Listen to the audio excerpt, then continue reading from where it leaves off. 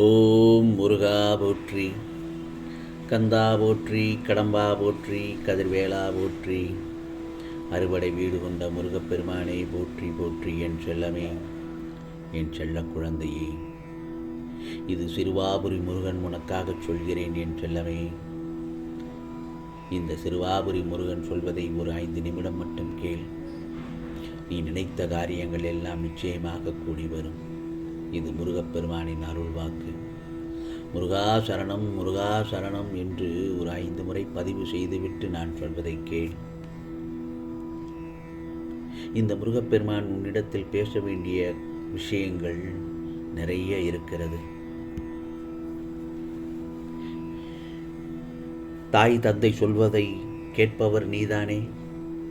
அப்போ இந்த முருகப்பெருமான் சொல்வதை செவி கொடுத்து கூர்ந்து கவனமாக கேள். ஒரு 5 நிமிடம் மட்டும் கேள்.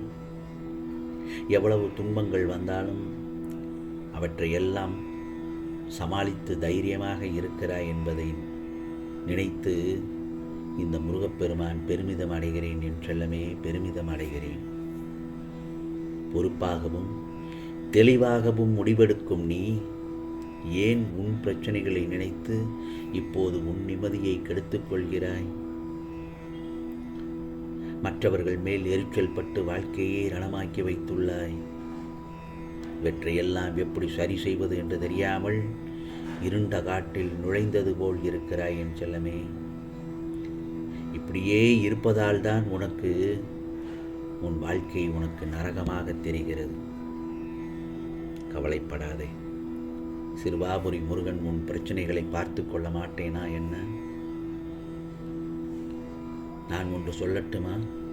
உனக்கு ஒருவரை பிடிக்கவில்லை என்றாலோ, அவர்கள் செய்த காரியங்கள் பிடிக்கவில்லை என்றாலோ அவர்களை விட்டு விலகிவிடு. உன்னை காயப்படுத்தும் ஒரு விஷயம் பிடிக்கவில்லை என்றால் அவற்றின் நினைவுகளை மனதில் இருந்து அறவே துடைத்து விடு. ஆனால் நீயோ மனதிற்கு பிடிக்காமல் அவர்களை ஏற்றுக்கொள்கிறாய். அதுதான் உனக்கு நீயே செய்யும் அநியாயம். உனக்குள் நீ ஏன் வேஷம் போடுகிறாய்? அது உனக்கு முற்றிலும் நிம்மதியை தரவே தராது. மனதிற்கு பிடிக்காமல் பழகுவதனால் மற்றவர்களுக்கு நிம்மதியில்லாத சூழலையே உருவாக்கும். அதற்கு பதிலாக நீ அவர்களை விட்டு நகன்று விடுவதே நல்லதல்லவா?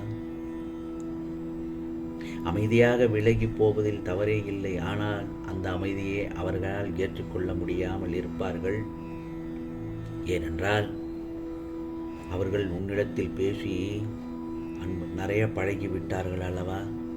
அவர்கள் உன்னை விட்டு விலக நினைத்தாலும் உன்னை காயப்படுத்த தொடர்ந்து பழகிக்கொண்டேதான் இருப்பார்கள்.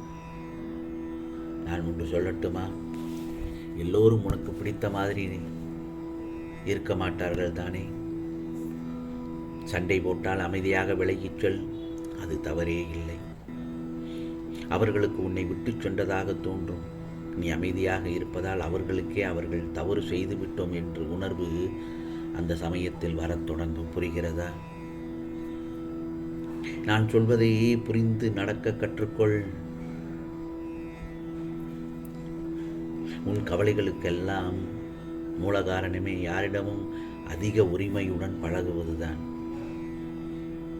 எதிலும் சற்று இடைவெளி விட்டு பழகினால் துன்பத்திற்கே இடமில்லை. நீ தேடிச் சென்ற காலம் விலகி அனைத்தும் உன்னை தேடி உன் வருகைக்காக காத்திருக்கும் நேரம் இதோ உனக்கு வந்துவிட்டது. மனம் தளராமல் இரு. என் செல்லமே, உன் எதிர்மறை எண்ணங்களை கைவிட்டு விடு. நிச்சயமாக உன் வாழ்க்கை வண்ணமயமாக மாறிவிடும். அடுத்தவர்களால் உனக்கு நன்மை எதுவும் இல்லை என்பதை நினைக்கச் செய்யவே இன்று இந்த சிறுவாபுரி முருகன் நிறைய அறிவுரைகளை உனக்கு கூறியுள்ளேன். நான் சொல்வதை ஒரு 5 நிமிடம் கேள் என்று சொன்னேன். அதன்படி கேட்டு நட. வெகுளியாக இருந்து விடாதே. எல்லோரும் அன்பான குணத்தையும் அப்பாவித்தனமான குணத்தையும் அவர்கள் தெரிந்து கொண்டார்கள். உன்னிடத்தில் உள்ள பொருளையும் நம்பிக்கையும் நீ சற்று இழந்து விட்டாய். குறைத்து உன்னை எடை போட்டு விட்டார்கள். அந்த கெட்ட காலங்களை நினைத்து பார்க்க வேண்டாம். அவைகள் எல்லாம் பஞ்சுமத்தை வைக்கப்பட்ட முட்கள் போல உன்னை குத்தி கொண்டிருந்தது. உனக்காக வைக்கப்பட்ட முட்கள் போல குத்தி கொண்டிருந்தவை காலங்கள் மாறிவிட்டன என் செல்லமே. கவலைப்படாதே. உன் கையை பிடித்து நான் உன்னை தூக்கி நிறுத்துகிறேன்.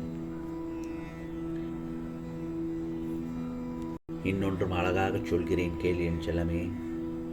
உனக்கான வளர்ச்சியை தடுக்க எப்போதும் தடைகள் வந்து கொண்டேதான் இருக்கும். அதை எதிர்த்து போராடி வந்தால் மட்டுமே உன்னால் முன்னேறி வர முடியும். போராடு. நேரத்தை வீணாக்காமல் சாதித்து கொண்டே இரு. வெற்றியாளர்களின் பாதையில் சென்று விரைவில் வெற்றி பெறுவதை விட உனக்கென ஒரு பாதையை உருவாக்கி அதில் நம்பிக்கையுடன் பயணம் செய். அப்படி இருந்தால் நிச்சயமாக வெற்றி உன்வசம்தான் முடியும் என்று நினைத்து விடாமுயற்சி செய்தால் எட்ட முடியாத நிலவை கூட தொட்டு விடலாம் என் செல்லமே. உனக்கான நோக்கம் எப்பவும் வானத்தை தொடுவதற்காக மட்டுமே இருக்க வேண்டும். அப்போதுதான் உன்னால் மரத்தின் உச்சியையாவது தொட முடியும். உனக்காக, உன் வாழ்க்கைக்காக இந்த சிறுவாபுரி முருகன் எந்த எல்லைக்கும் கடந்து செல்வேன் என்பது உறுதி. மாயை என்னும் கஷ்டம் சூழாமல் பாதுகாப்பேன். உனக்கு பாதுகாப்பு வளையத்தை போட்டு விட்டிருக்கிறேன் என் செல்லவே. என்னுடைய பாதுகாப்பு வளையத்தை மீறி யாரும் உன்னை தொடக்கூட முடியாது. முருகா முருகா என்று என் நாமத்தை தினந்தோறும் உச்சரித்து சொல்லிக்கொண்டே வா. வாழ்க்கையில் கஷ்டம் என்னும் கண்ணீரை நான் துடைப்பது உறுதி. அந்த சமயத்தில் கெட்டவர்கள் தண்டிக்கப்பட வேண்டும் என்ற ஆதங்கத்தில் நீ துடிக்கிறாய். கெட்டவர்கள் தண்டிக்கப்பட வேண்டும் என்ற ஆதங்கத்தில் நீ துடிக்கிறாய். கவலைப்படாதே. அந்த கெட்டவர்களுக்கு நான் திருந்துவதற்கு சில கால அவகாசம் தருவேன். அந்த நேரத்தில் தடுமாற்றம் அடையாதே. தடுமாற்றம்தான் உன் மனதை அளக்கலைக்கு செல்கிறது. தருவதற்கு நானும் பெறுவதற்கு நீயும் தயாராக இருக்க வேண்டிய தருணமாக இருக்கிறது. கவலைப்படாதே என் செல்லமே. இதோ இந்த சிறுவாபுரி முருகன் உன் துயரங்களுக்கெல்லாம் முற்றுப்புள்ளி வைக்கவும் வந்துள்ளேன். உனக்கு நல்ல செய்தி கொண்டு வந்துள்ளேன் என் செல்லமே. சந்தோஷப்படு. நான் எப்பொழுதும் உன்னோடு தான் இருக்கிறேன் என்பதை மட்டும் மறந்து விடாதே. விரைவில் என் அற்புதத்தை நீ உணர்வாய். உன்னிடத்தில் இருக்கும் கடன் பிரச்சனைகள் தீரும். செல்வங்கள் சேரும் நேரம்தான் இது. நல்லதொரு நிலபுலன்களை வாங்குவாய் என் செல்லமே. வெகு விரைவில் உன் இல்லத்தில் இந்த சிறுவாபுரி முருகன் தரிசனம் தருவேன். நம்பிக்கையோடு காத்திரு. இது சிறுவாபுரி முருகனின் அருள் வாக்கு, சத்திய வாக்கு. உனக்கானதெல்லாம் நிச்சயமாக நல்லது நடக்கும். நல்லது மட்டுமே நடக்கும். அதுவும் நன்மையாகவே இருக்கும். ஓம் சரவண பவ. ஓம் சரவண பவ. ஓம் சரவண பவ.